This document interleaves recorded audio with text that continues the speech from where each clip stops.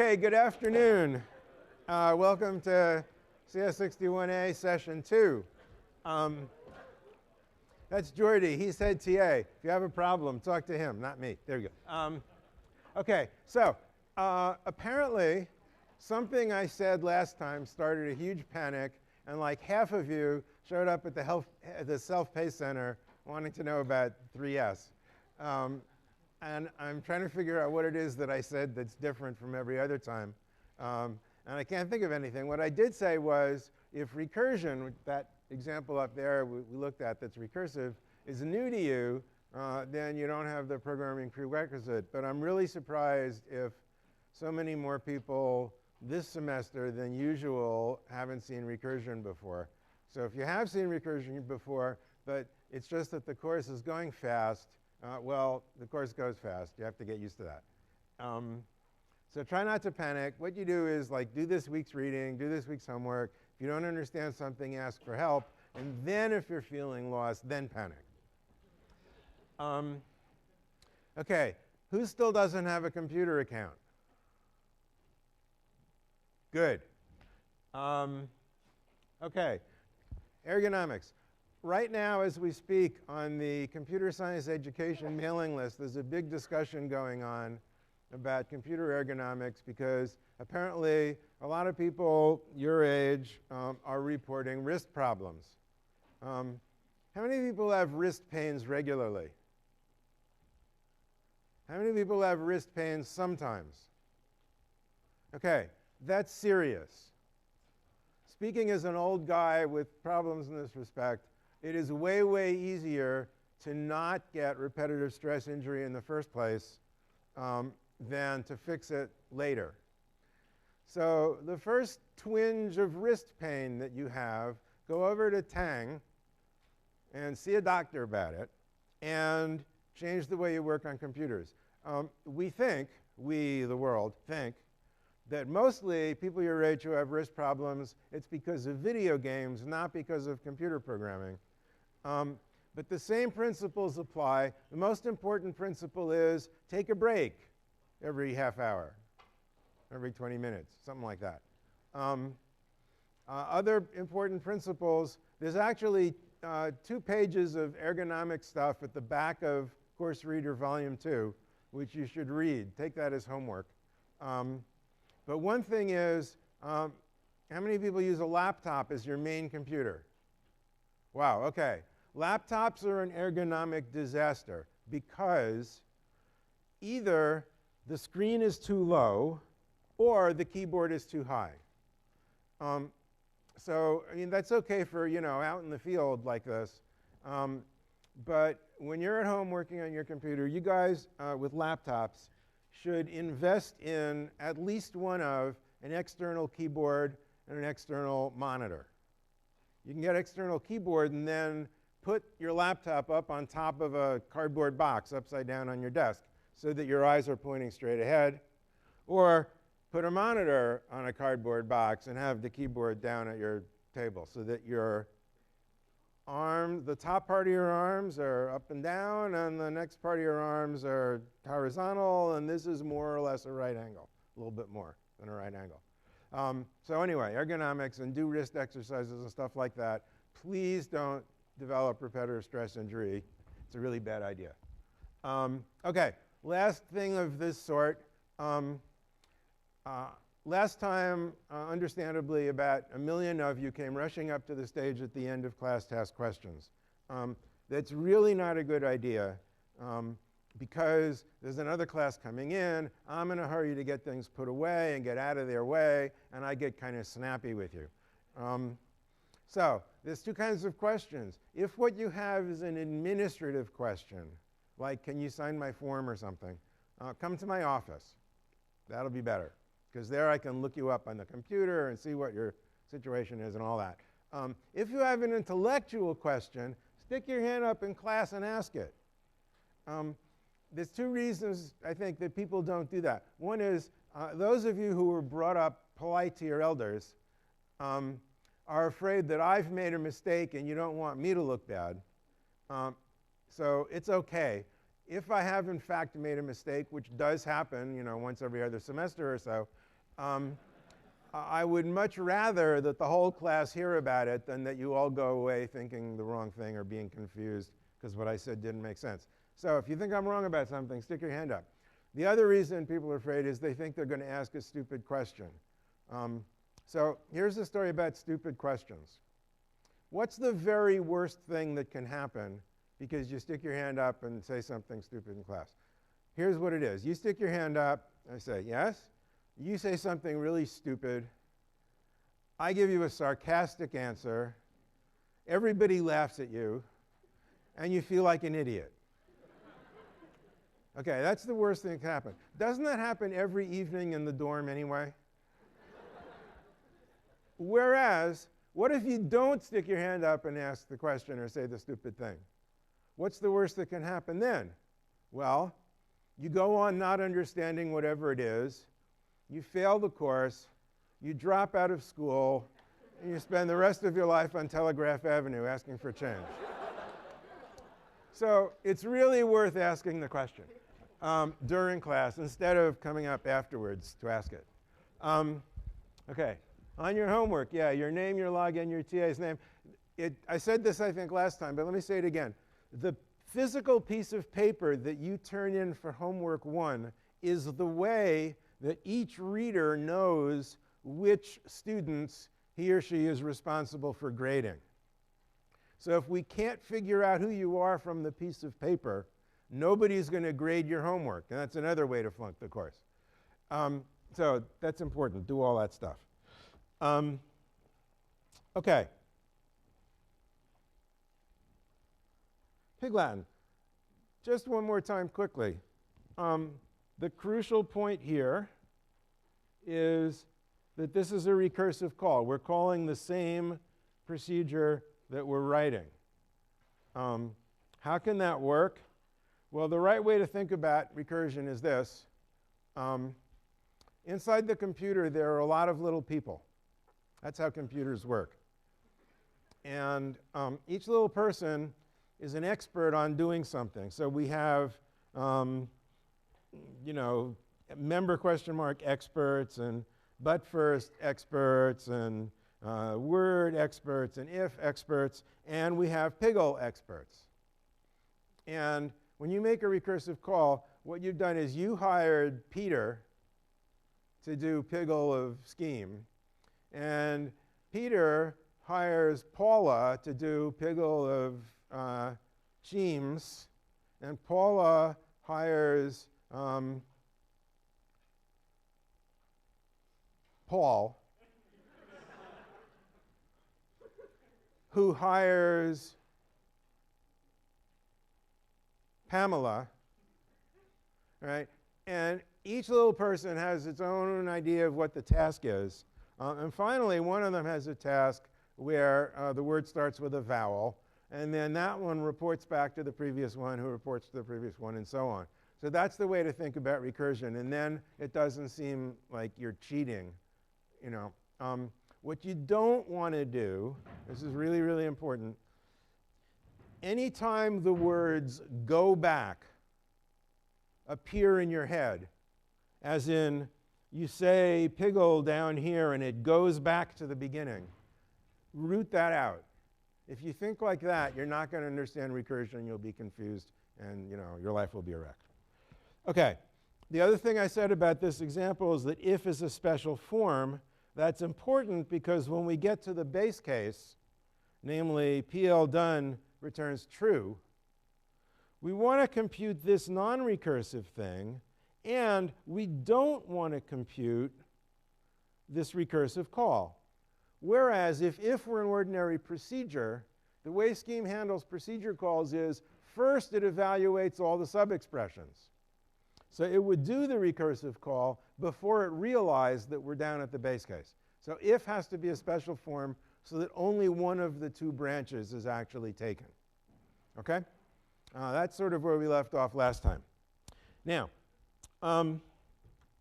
somebody came up and asked me this question just before class, and I promised to answer it. Luckily, it's the next thing in my lecture notes. Computer science is kind of the wrong name for our field, because it's not a science and it's not about computers. It's not a science because what scientists do is ask questions about how the world works. For the most part, what we do is much more like engineering, where we take as given how the world works and we build stuff, right? And the stuff that we build is software, but it's the building, not the finding out, that's important. That's not entirely true, because part of computer science is theoretical computer science, in which we do ask questions about how the world works. And surprisingly, at least it surprised me when I learned it, these really abstract things that are computer programs actually obey certain rules. So you will learn that certain problems just cannot be solved by a computer program, period. It's not a question if the computer is too slow. Even in principle, if you had the fastest computer in the world, you know, times a bazillion, you still couldn't solve the problem. That's an interesting thing. And that's finding that out was a sort of exploring the world and asking questions about it. But mostly, what most of us spend our time doing is really engineering rather than science. And the other half of it is, computer science isn't about computers. The field that's about computers is called electrical engineering. Those are the guys who build computers and understand how computers work and stuff like that. We build software. So what our field should be called is software engineering, but unfortunately that term is taken for a particular sort of philosophy about how to do computer programming. So if you say, I'm a software engineer, there's a whole lot of ideological baggage that comes along with that name. In non-English speaking countries, there's a word informatics. It sounds kind of, you know, frou-frou in English, but informatique is just the word in French, and so on in most of the world's Latin-based, anyway, languages. And that would be a good word for our field, too. Anyway, so that's the deal about computer science.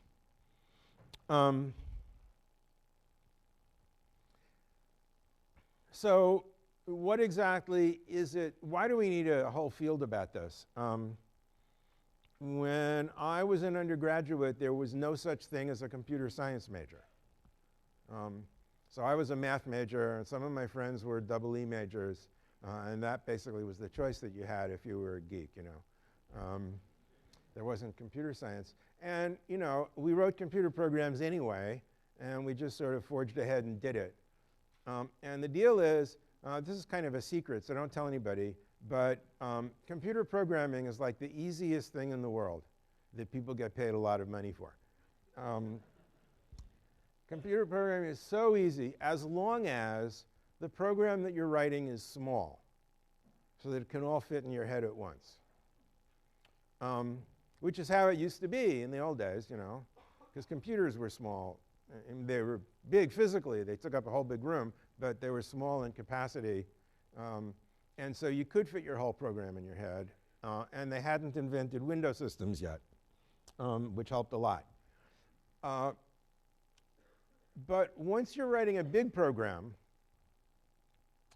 which basically all programs are now in the sort of graphical user interface world, you can't write a program to add 2 + 2 anymore without first saying, well, let me pop up a window, and let me make it a text window, and let me put a scroll bar on it, and maybe a little go button, you know, and then I'll put 4 in the answer, you know.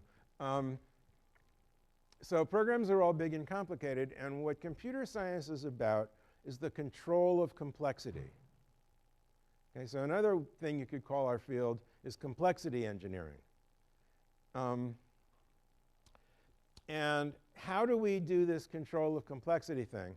Well, there are 2 answers to that. The old-fashioned answer is you go out and hire 5,000 programmers, and you put them to work on this program. And that was the way people did it for a while. And what they found out, the companies that tried this, is the more people you put on a project, the longer it takes. So instead, what we have to do is somehow build our ideas out of bigger chunks. So instead of thinking about every little detail, you can think about big chunks of things, and that way you can fit the whole program in your head, the whole structure of your program. And those sort of bigger chunking techniques are called programming paradigms. And that's what this course is about, programming paradigms. And there's a list on the board, which I'm not promising is complete in terms of the world, but it's complete in terms of this course. This is what we're going to be talking about. Right now we're doing functional programming. We'll do that for a month or two, and then we're going to do object-oriented programming for another chunk of time. That one you've heard of, I'm sure. And the last two we're just going to touch on briefly, client-server programming and declarative or logic programming. Not because they're not important, but because there's only so many weeks in the semester. We want you to know they exist. So, you know, we can't actually teach you the entire content of computer science, hard as I try, just in one semester. So those are programming paradigms. The programming language people, by the way, these days tend to say that you shouldn't talk about programming paradigms anymore, because the way people really write programs takes something from this and something from that and mixes them together. And that's all true, but that's a good way to think about it once you understand what the programming paradigms actually are. So for now, we're going to start as if you did everything purely one way or another. Okay. This picture behind me is a picture about abstraction. Abstraction is one of the central ideas of this course. The book uses the word a lot, but never really quite defines it. And in a way, that's too bad, because the technical computer science meaning is a little bit different from the ordinary, you know, conversation with your friends back home meaning. So behind me is a chart of layers of abstraction.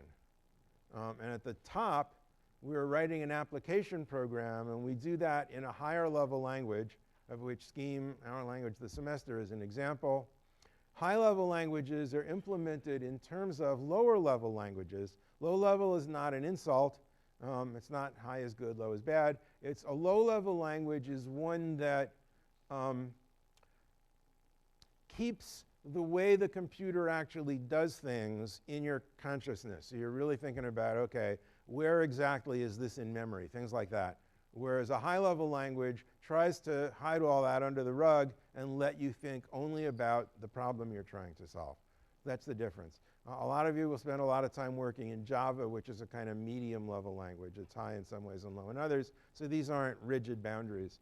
But nevertheless, low level languages are implemented in terms of the language that the hardware actually understands, which is machine language, which is coupled with an architecture. Architecture is sort of the electrical engineer's way of looking at that same level of abstraction. It's sort of what pieces do we put together and what arrangements in order to make a machine that understands this language.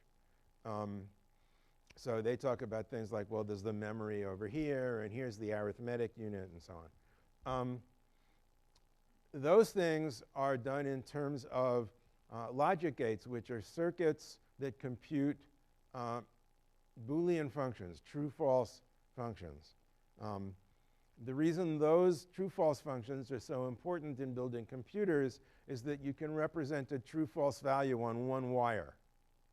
Okay? So all the big, more complicated things, like doing arithmetic on numbers, are built up out of a bunch of little one-wire logic gates. Logic gates, in turn, are built out of transistors. From our point of view, a transistor is basically a remote-controlled switch. But the way it actually works is a little bit more complicated, and the electrical engineering people teach you about that. And if you really want to understand how a transistor works, it's built on top of quantum physics, how the behavior of subatomic particles are what make transistors do what they do. So each layer of abstraction is built on top of the one underneath it. Most abstract, least abstract. The way people talk about abstraction in sort of normal conversation, the opposite of abstract is concrete, as in something you can hold in your hands. So in ordinary conversation, people would say, well, the computer is something I can hold in my hands. And a lot of people actually try to understand computer programming starting from there. Let me take this thing I can hold in my hands, and then I can build on top of that the different programming techniques, or I can look underneath it to see how the circuitry is built. And so from that point of view, the things that are abstract are the extremes. Abstract kind of means weird, right? So quantum physics, that's as weird as it gets, right? And higher level languages are pretty weird. All your friends will tell you, why are you using this weird language, for example, in your computer science class? When we say abstract, we don't mean weird. Yes?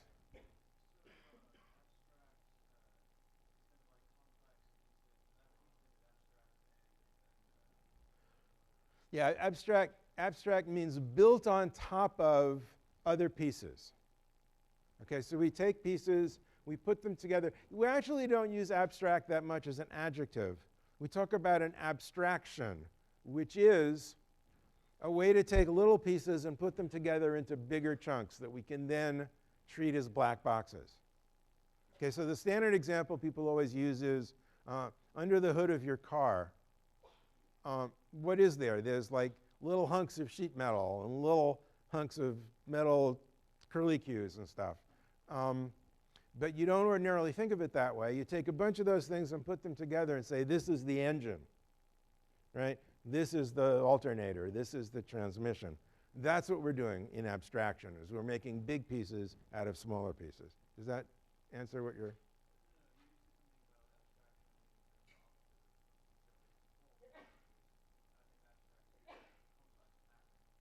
Yeah, abstract versus something you can hold is the sort of layperson's version of abstract. Our version is built on top of something else. Okay? So for ordinary people, the picture goes abstract, less abstract, less abstract, concrete, more abstract, more abstract, more abstract. From our point of view, down at the bottom is fundamental building blocks, and then we have more abstract pieces and more abstract and more abstract and more abstract and more abstract. Okay?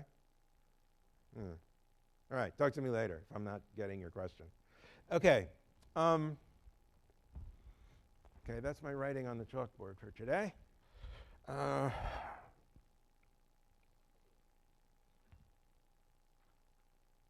yeah, what's a function? We're doing functional programming. We should know what a function is. You know what a function is. You learned in high school where we said f of x equals 2x plus 6, right? That's a function. And probably your teacher drew a little box like this. And put like 2x plus 6 in the box, and you can put like, I don't know, 7, 20, right? Did I get that right? Yeah, good. And if your teacher was a better artist than I, there was maybe a crank on the side of the box that you could turn, and, you know. So that's a function. That is to say, it's a relationship that has 0 or more inputs and has 1 output, right? And what makes it a function is every time you put in the same inputs, you get the same output. So this function, if I put in 7 and I got out 20 today, tomorrow if I put in 7, I'm not going to get 46. I'm going to get 20 again, regardless of anything that might have happened in the meantime. Okay?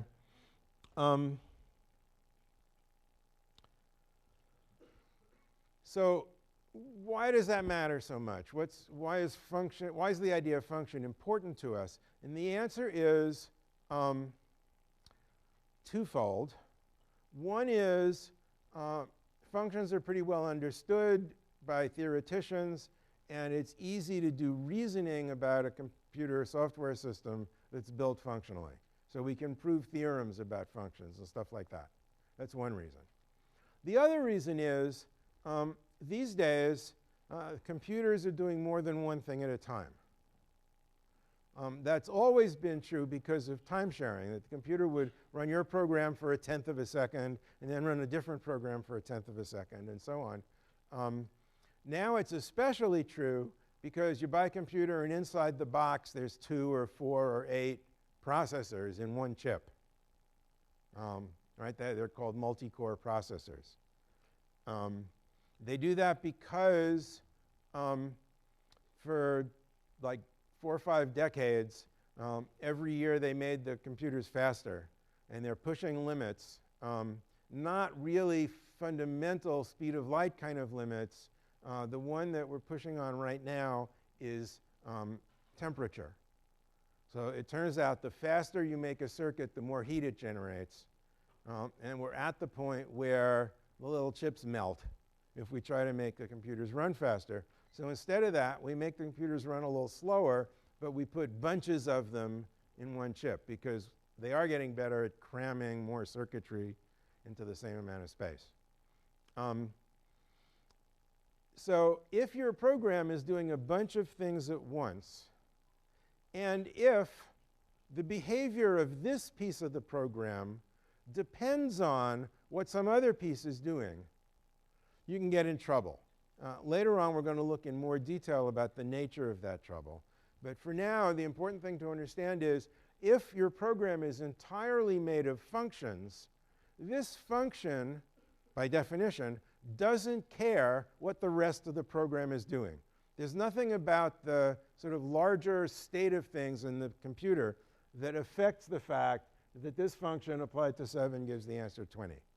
So if you use functions in your programming, you can much, much more easily get a program running in a situation that involves parallelism. And that's really super important these days. So until a few years back, people kind of looked on functional programming as something that only professors cared about. And we don't use that in the real world. But because of parallelism, people out in the real world are starting to pay attention to it as an important idea. OK.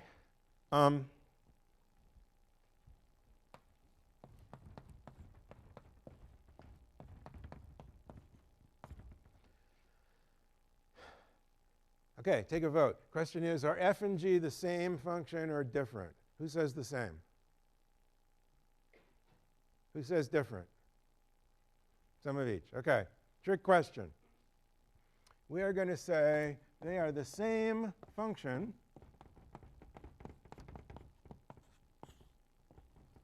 but different procedures.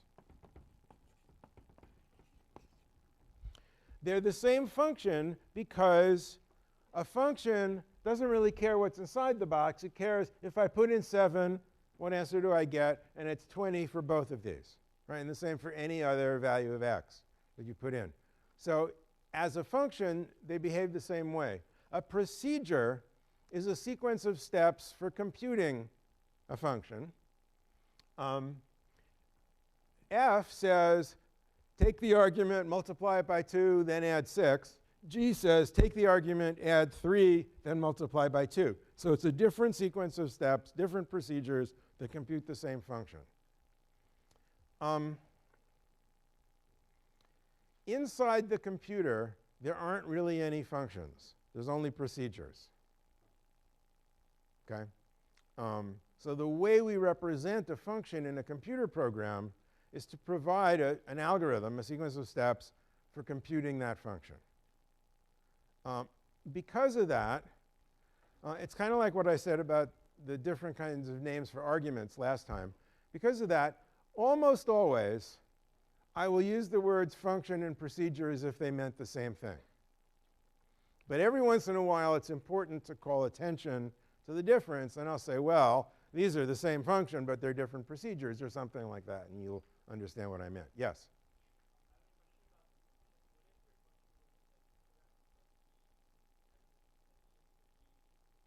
Right. He's asking, what if the function were 2x plus b instead of 2x plus 6? So we had what we call a free variable, a variable that isn't an argument to the function. And so it does depend on what's going on outside for what the value of that variable is. And the answer is, if that's the case, it's not a function. Okay? It's still a procedure, but what it computes is not a function because you don't always get the same answer for the same argument. Okay? Good question. Is that clear what he's asking and what the answer was? Good. Yes?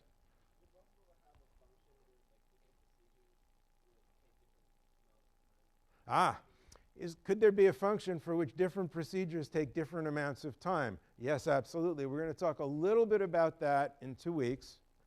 And it is one of the main topics of 61B. For the most part in this class, we don't worry about efficiency most of the time. And to an engineer, that's kind of horrible. But the reason is, in practice even, it's a lot easier to take a program that works and figure out how to make it faster than to take a program that's fast and figure out how to make it work. So we're going to concentrate on how to get a program to compute the answer you want, and later on you'll think about how to do it faster. Okay? Okay, moving on, I hope.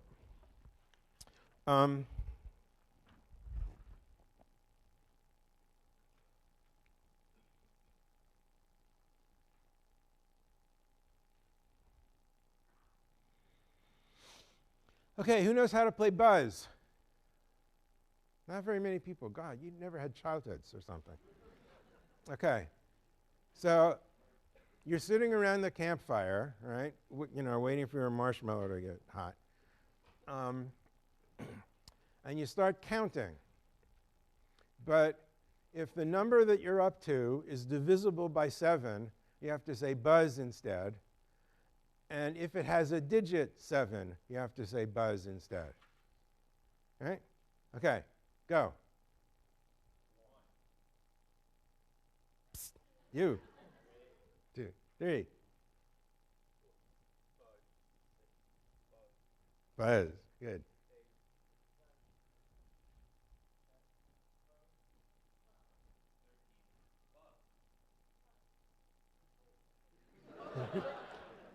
$15. Okay. Nope. Buzz. Okay. Get it? All right. So here's this procedure that plays Buzz. And the way it works is you give it a number, like you say Buzz 15, and it says 15. You give it Buzz 17, and it says Buzz. Okay. How does that work? Look up at the top half of the screen. It uses cond. Cond is an alternative to if that's designed to be easier for situations where there's more than 2 possibilities. So in this case, there's 3 possibilities.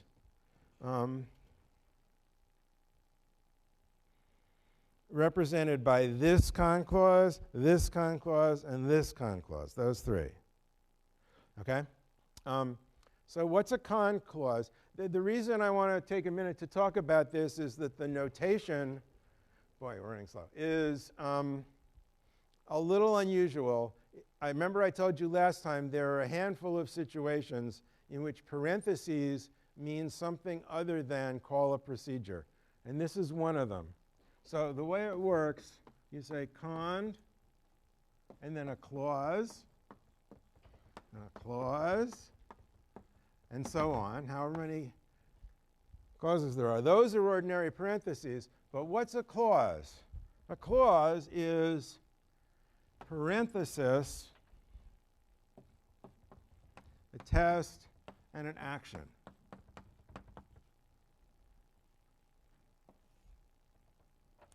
These green parentheses do not mean call the procedure test with the argument action. These are the ones that are special. Now, test and action may involve procedure calls. So test could be function, argument, etc.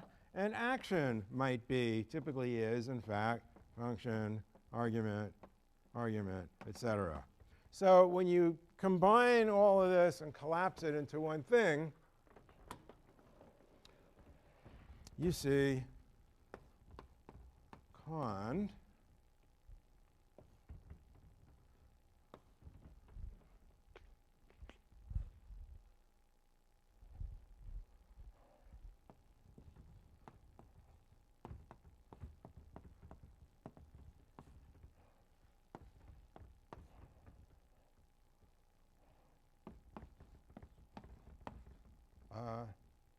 Yeah.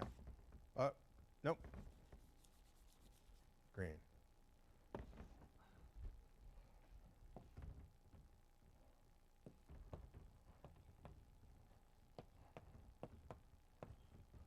What's it called? It's called N.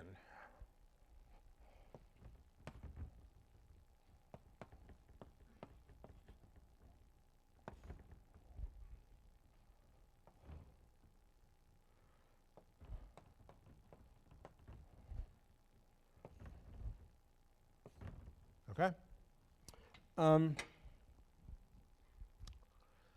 Because the notation is like this, you're going to be very, very, very tempted to say, oh, the way cond works is in each clause you have to say open paren, open paren.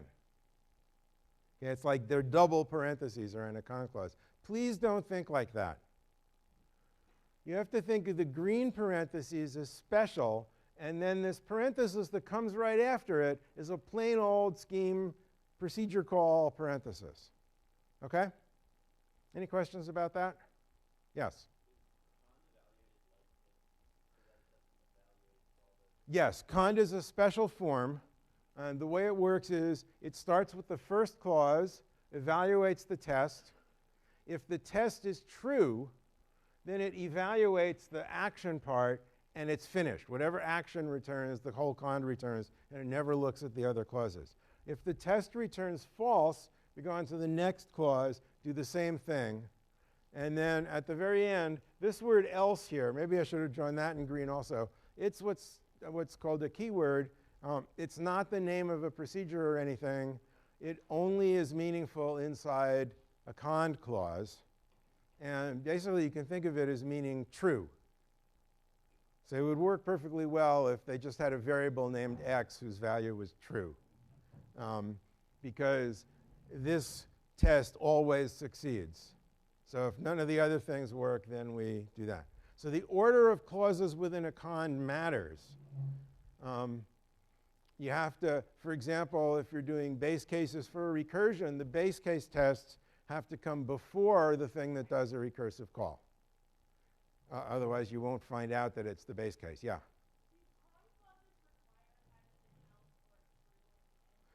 Do you have to have an else at the end of a cond? Technically, no, you don't.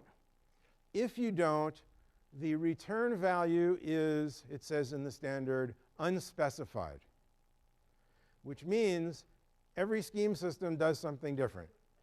Okay? Some of them actually return number sign unspecified, but some of them return something else. So basically, the short version of that is yes, you can, but don't. Okay, good. I think we'll make it. If I skip over all this stuff about recursion and go right to normal and applicative order.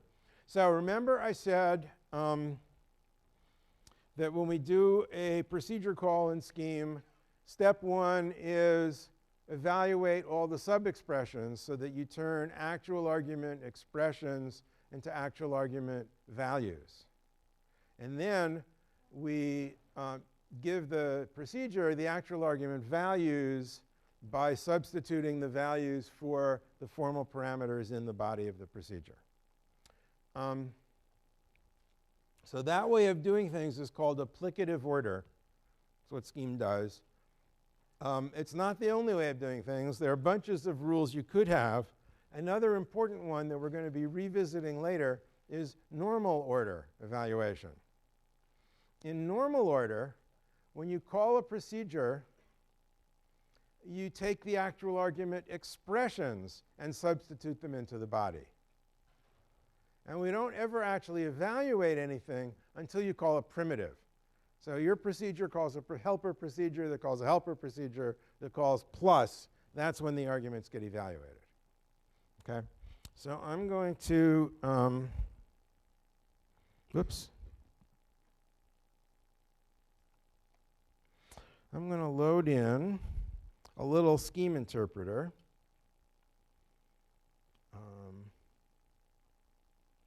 Whose name I've forgotten, and it doesn't say in here. Wait a minute. Okay.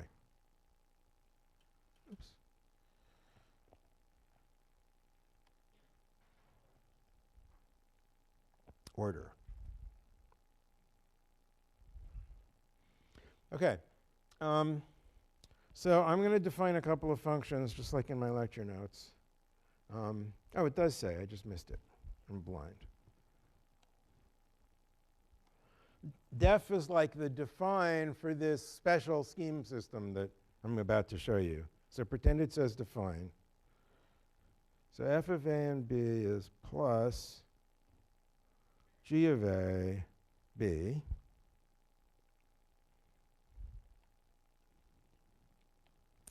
And g of x is times 3x. And now I'm going to do in applicative order f of plus 2, 3, and minus 15, 6.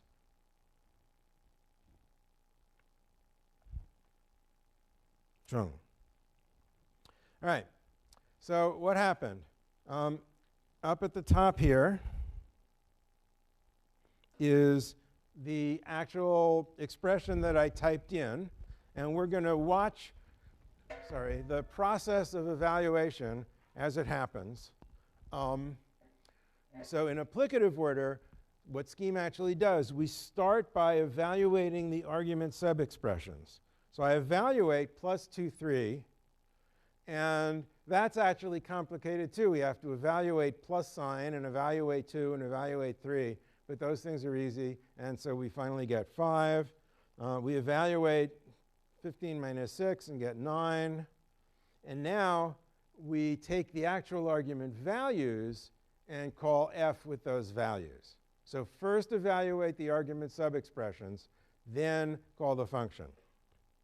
So here's the body of f substituting 5 for a and 9 for b.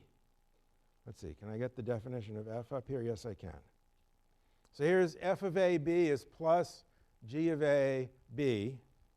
So we're doing plus g of 5, 9. So you're comparing the very first line on the screen with the one where the cursor is blinking. Okay? So you see how we substituted actual argument values into the body of f. And now this is a new expression to evaluate. And we start by evaluating subexpressions. So I have to do g of 5. Well, the value of 5 is just 5, so I'm not showing that step. And so we substitute 5 for x in the body of g. We get, instead of times 3x, we have times 3, 5. The value of that is 15.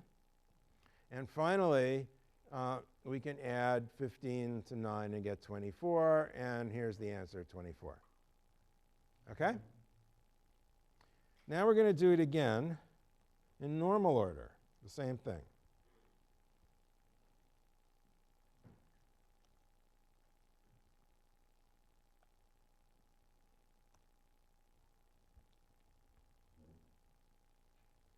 OK, this time, I'm not going to start by evaluating the argument expressions. I'm going to take the actual argument expressions and plug them into the body of f. The body of f was plus g of a, b. So I'm going to make it plus g of plus 2, 3 minus 15, 6. A is plus 2, 3. B is minus 15, 6. Now, plus is a primitive. It's an arithmetic operator. It actually needs numbers to work with.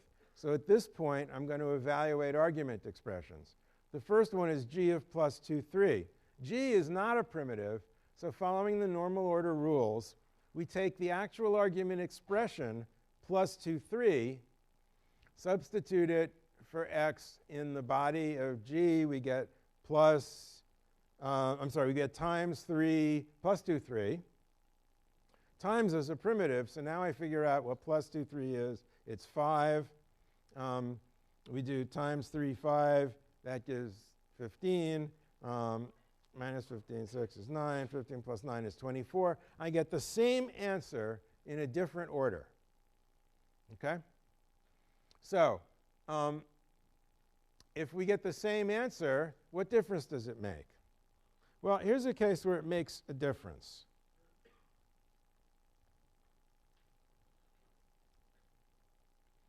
So I'm defining a function called 0, takes an argument x, and computes x minus x. So the answer should be 0, right? OK, so let's do, in applicative order, I'm going to do 0 of random 10. Random takes a positive integer argument, and it returns a non-negative integer strictly less than the argument. So some number between 0 and 9. So here's what happens when I do this. Whoops, that wasn't supposed to happen.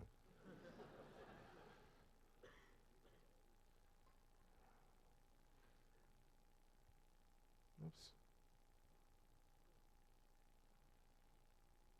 OK, why did that happen?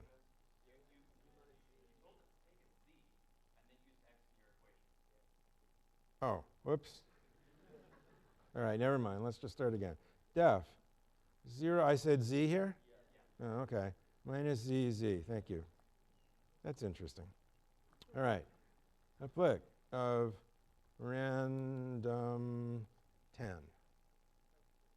No, applic of 0 of random 10. This time for sure. OK. So in applicative order, we evaluate the argument expression first. Random 10 happened to give us the answer 8. So now I compute 0 of 8. Substitute 8 for z in the body of 0. I get 8 minus 8, which is indeed 0. Now, let's do normal of 0 of random 10. Oh, look at that. In normal order, I substitute the actual argument expression for the parameter in the body. So that gives me, instead of minus zz, I have minus random 10, random 10. OK, so now I'm doing minus, which is a primitive, so I need a value. So I compute random 10, I get the answer 8. I compute random 10, I get the answer 1. 8 minus 1 is 7, and that's my result. So here's a situation in which it does matter if you use normal or applicative order. How come? Now, let's not always see the same hands. Yes?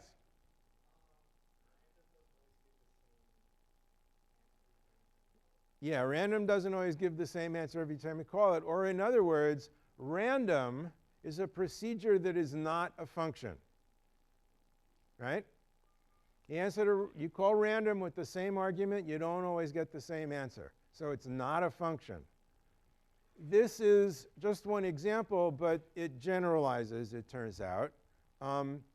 If you write correct functional programs, purely functional programs, then you get the same answer no matter which evaluation order you use.